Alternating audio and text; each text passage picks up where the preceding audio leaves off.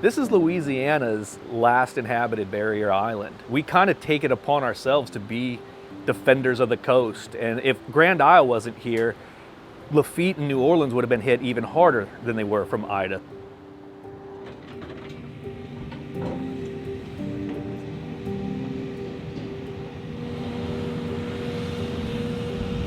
So that's kind of our personal responsibility. And especially me as an oysterman, I want to establish more natural reefs to create living coastlines to further protect, the degrading coastline of Louisiana. And I think producing oysters really puts you on the forefront of that battle, basically. This is one of our plots here in Grand Isle. We like this location right here for two reasons. First of all, you can walk it. It's fairly shallow, so we can get off the boat and work it pretty easily. And secondly, right past that bridge is the Gulf of Mexico, so we get Gulf of Mexico clean water, fresh, coming in right in the pass. And you can also see we get a lot of wind down here, which rocks the cages and gives the oysters their signature shape.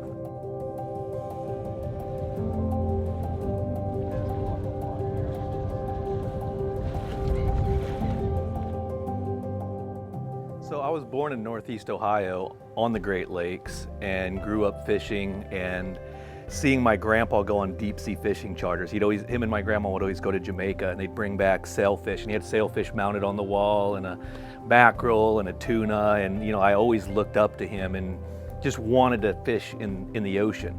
Over the course of time, I ended up coming down to New Orleans to do relief work after Katrina, just doing volunteer. After being in the city, being basically landlocked for 2 years with that project, I ran down to Houma. Started working with the fishermen down there, and I had this really old boat. I was trying to figure out if I could sell like $5 a crab. I just wanted to supplement my habit.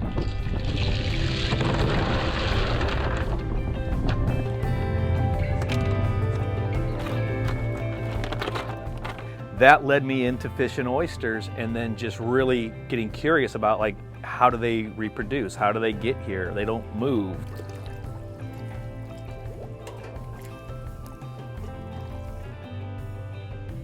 We actually measure how salty the water is. So today it looks like it's right around 30 parts per thousand.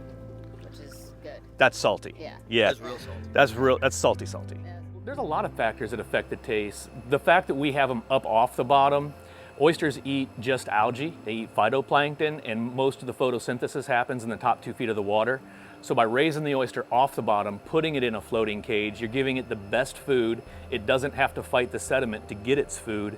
So I think it does result in a cleaner taste. This is some of the seed that died in Ida. This is the individual oysters that set on the small grains of sand. And as the oyster grows, we start running it through different sieves like this.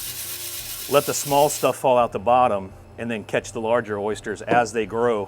One adult oyster filters, or basically, breathes about 50 gallons of water per day. Just one adult oyster. So you start having millions of oysters, it really has an impact on the water quality. And then the more you study it, you realize there is no downside to oysters. They protect the coast, they improve the water quality, they sequester carbon, and they're edible.